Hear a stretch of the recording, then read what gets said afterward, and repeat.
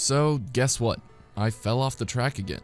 I haven't uploaded much since November, and that's honestly something I really regret. But hey, it's 2020 now, a new year and a new decade, and I'm hoping I can finally get a schedule going this year that consists of at least one video a week. And you know, that's one of my New Year's resolutions. But I've been having trouble finding a place to start. I mean, there are so many things going on in Pokemon right now. Sword and Shield have been out for a while, the DLC is on the horizon, and Pokemon Mystery Dungeon is a relevant topic again. But I just haven't been able to get the ball rolling in terms of writing content. Luckily, a fellow PokeTuber by the name of Birdkeeper Toby started this Once to Battle tag thing that he does almost every year. So I want to throw my name in the barrel even though nobody actually tagged me. And 2019 was still a better year for content creation on this channel than the past years. I made at least a return to the channel, and I made the most high quality piece of content I've ever made, and each video got better in that sense. In 2020 though, we're going to be setting the bar even higher. If this is your first video on this channel, I really hope you stick around and see the evolution of this channel's quality, starting with this video where I'll be answering a few questions that Toby's made. So yeah, I guess I don't have anything else to say, so here is the first question. How did you choose your YouTube name? So this one's actually a pretty funny story. So basically back in like elementary or whenever Black and White came out, I found out about this new Pokemon coming to the next games. That was Zoroark. I loved it and I watched the movie and all that, and I used one on my team during my first Pokemon Black playthrough. Eventually I learned what the shiny form of Zoroark was, and it became one of my favorite shinies. So the foundations were set. I loved both regular and shiny Zoroark. Now, later on in middle school, I started changing my Google account name from my actual name to random stuff. At some point, I was Bruce Wayne, if I remember correctly. But eventually, I changed my name to Shiny Zoroark, and then maybe a few days later, I went back to change my name to my real name, and Google Plus basically said that I've been changing my name too much, and that I had to wait like 3 years or some ridiculous number to change it. It definitely has been more than 3 years, but I never changed my name, so I guess Google Plus inadvertently chose my name for me? I wonder what my YouTube name would have been if I had gotten to change it back. Next question, number 2, what is your favorite Pokemon game? Now this is definitely a tough one. There are at least 4 or 5 games in contention for my favorite in the series. Those being Platinum, Heart Gold and Soul Silver, Emerald, and Sword and Shield. An honorable mention would be Mystery Dungeon Explorers of Sky, but let's stick with main series for now. So Diamond was my first Pokemon game, but Platinum was the one I first beat, and damn did I choose a great time to join the franchise, because Platinum is still regarded as one of the greats. I mean, Generation 4 in general has some of the best Pokemon, the best music, and most importantly, the best games, so it only makes sense Platinum is in here. Soul Silver was the second Pokemon game I played, and I remembered back in the day I had this thing on my DS called like a R4 or whatever, and basically I was able to load any game file onto it and play it. So I actually played Pokemon Soul Silver in Japanese before it ever came out in America. I remember my friends being super jealous. Also, the Johto games are full of content. I probably haven't even 100% completed either of those games yet. I think Emerald might be the Pokemon game I've sunk the most hours into. I mean, throughout playthroughs as a kid, spending hours in the Battle Frontier, or more recently throughout my teenage years doing a lot of randomizers using Emerald, it's probably my most played Pokemon game. And that brings me to Sword and Shield.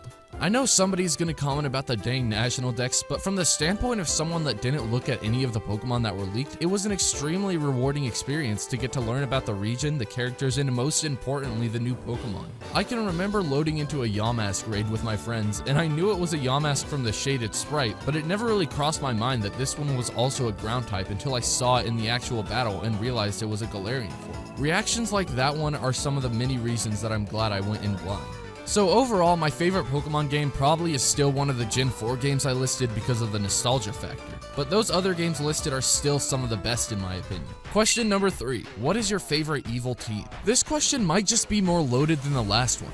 I mean, in general, every evil team has good parts and bad parts. I'm partial to Team Galactic because obviously they're from my first game, but I also am in the minority of people that love Team Flare. I love the way they act, their design, and their music. I just find it funny how they're the opposite of Team Rocket. Team Rocket's pretty simple, they're just thugs and they want to cause trouble. Team Flare also wants to cause nothing but trouble, except this time that trouble isn't stealing Pokemon, it's, well, destroying the world. But no, Team Flare isn't my favorite. They're up in the top 5 probably, but my favorite has to be Team Skull. Considering my last video that I made was basically a praise fest of Generation 7, I'm sure you can tell that I really like Generation 7 and the Alola games, and that's no different with Guzma and the Skull game. These are like a better version of Team Rocket. Instead of having a major motive, these guys literally only exist to cause trouble, and it's the funniest thing ever. In the anime, I like them even more. While Guzma's arc is never really fleshed out, seeing him change from the stern, hard-headed villain to actually enjoying battling because of his fight with Ash was amazing. When he walked out after the loss and he expected everyone to leave him, but they all circled around him and praised him, man, I kinda choked up a little. I honestly love Team Skull. Question number 4. This one is pretty simple. What can your viewers expect from you this year? And honestly, I'm not making any promises to anyone. That sounds kinda rude, but this channel right now is in a stage where I'm mostly making the videos just for me and having fun. That's why whenever I don't have ideas, I don't upload. But this year, I want to change that. I want to get the creative juices flowing, and I want to contribute to this community in the same way other Pokemon YouTubers that inspired me do. I want to start uploading and make a schedule, an actual one where I upload and don't come up with excuses when I don't. I love making videos and stuff, but 95% of the work is getting started, and the rest comes naturally afterward. So in 2020, I'm going to be uploading at least 4 videos a month, which should line up to at least 1 every week. If I'm going on vacation or something, I'll have to plan ahead and make multiple videos. I know I can do it, and I honestly probably can make multiple videos a day if I just put in the work. Another 2020 YouTube goal I have is to find something that defines me, that makes my content unique compared to other YouTubers. Up until now, I've been simply trying to make high quality videos, and I believe I've done that, but I'm learning that quality itself doesn't really make you different or original. I can make the highest quality video about the top 10 new Galar forms or whatever, but if everyone else has done it before, what does it matter? I'm still probably gonna make a video like that, but you get the point. It's not original and doesn't entice the viewer in the same way as the original series on other channels. So yeah, if you plan on sticking around to see the evolution of this channel, by the end of the year you should have watched 40-ish new videos of mine and hopefully some more original content. And that leads perfectly into number 5, which is why did you even make your channel in the first place? So let me set the scene a little. I was 15 when I first started this YouTube channel, and it was a few days before Sun and Moon were announced. I was hooked on Pokemon stuff because the X and Y anime got me back into it. So I was watching Pokemon YouTubers left and right, True Green 7, Birdkeeper Toby, A-Drive, Mystic Umbreon, just to name a few. So when Pokemon Sun and Moon were announced, I just started writing a video.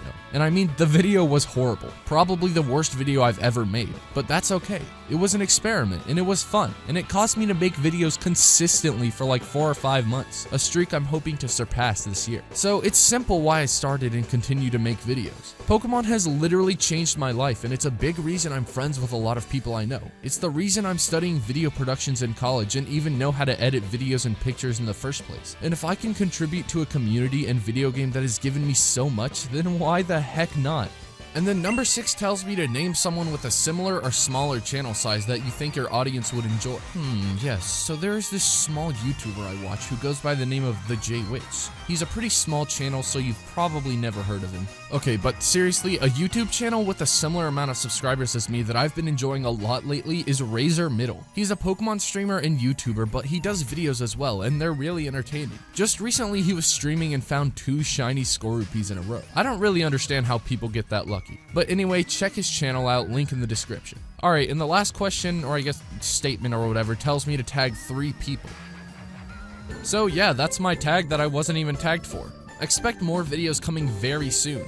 2020 is the grind year. I will be making videos as consistently as possible, and like I said earlier, I hope to have around 40 new videos posted by the end of the year. It's already late in January, so I'm gonna have to pick up the pace a little to get into gear, but by the end of February, expect 7 more videos other than this one. And hey, like I've said at least 30 times in this video, if you're new here, I recommend watching some of my old videos to see how far I've come from those dark times. And please, please, please subscribe to see how much of my videos improved this year. I'm ready to get this grind started, which means I gotta get back to making some videos. So with all of that out of the way, my name is Shiny Zoroark, and I bid you adieu.